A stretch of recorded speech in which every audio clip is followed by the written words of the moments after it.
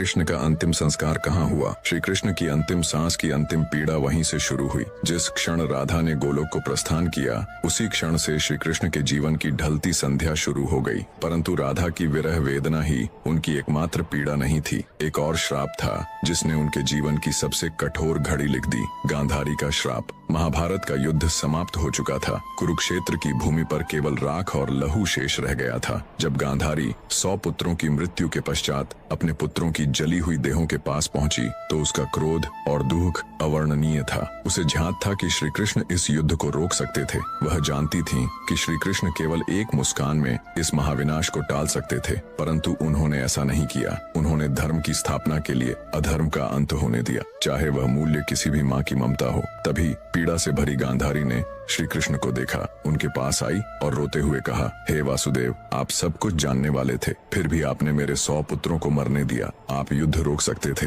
पर आपने केवल तमाशा देखा। मेरी ममता की आग आज आपको भी छुएगी। मैं आपको श्राप देती हूँ। ठीक वैसे ही जैसे मेरा वंश समाप्त हुआ, वैसे ही यदुवंश भी नष्ट होगा और आप भी अपनी मृत्यु को अकेले अपनों से बिछुड़कर एक तीर की पीड़ा में अनुभव करेंगे। श्री कृष्ण ने गांधारी के श्राप को शांत मन से स्वीकार किया, क्योंकि वह जानते थे यह भी उसी लीला का एक भाग है। जिस न्याय को वह लेकर आए थे, उसी न्याय की अग्नि अब उनके अपनों को भस्म करेगी। गांधारी का श्राप, राधा की जुदाई और यदुवंश का अंत, यही वो अंतिम अध्याय थे जिसने श्री कृष्ण के मानवीय रूप को सबसे गहरे दुख से भर दिया। अब जानिए कैसे त्रेता युग में श्री राम द्वारा दिया गया वरदान बना द्वापर में श्री कृष्ण की अंतिम लीला का कारण। अगर आपको श्री कृष्ण की अंतिम सांस के बारे में आगे बढ़ाना है तो चैनल को सब्सक्राइब करें। त्रेता युग का वह समय था जब राम ने रावण का वध कर अयोध्या लौटकर राम राज्य की स्थापना की थी। एक शाम अयोध्या के समीप एक तपस्वी राक्षस आया। नाम था जरासुर। वह युद्ध नहीं चाहता था,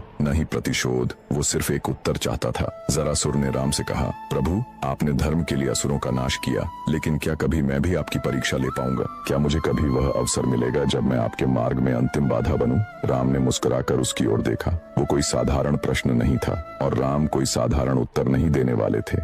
राम बोले, जब मैं द्वापर में श्री कृष्ण रूप में जन्म लूंगा, तब तू मनुष्य रूप में जन्मेगा और वही जीवन तुझे वह अवसर देगा जिसकी तू आज याचना कर रहा है। तेरे हाथों ही मेरी लीला इस धरती पर पूर्ण होगी। यह मेरा वचन है। जरासुर झुक गया। उसने नहीं जाना कि वह वचन युगों बाद एक महारहस्य का कारण बनेगा। समय बीतता गया, युग बदले और द्वापर में वो वचन धीरे धीरे श्री कृष्ण के अंतिम क्षणों की ओर बढ़ने लगा। जब लीला पूरी हो चुकी थी और ब्रह्मांड का सबसे बड़ा प्रेमी अपने सबसे गहरे अकेलेपन में डूब चुका था, वो द्वारका का अंत था। सब कुछ समाप्त हो चुका था। यदुवंश का नाश, रणभूमि की गूंजती चीत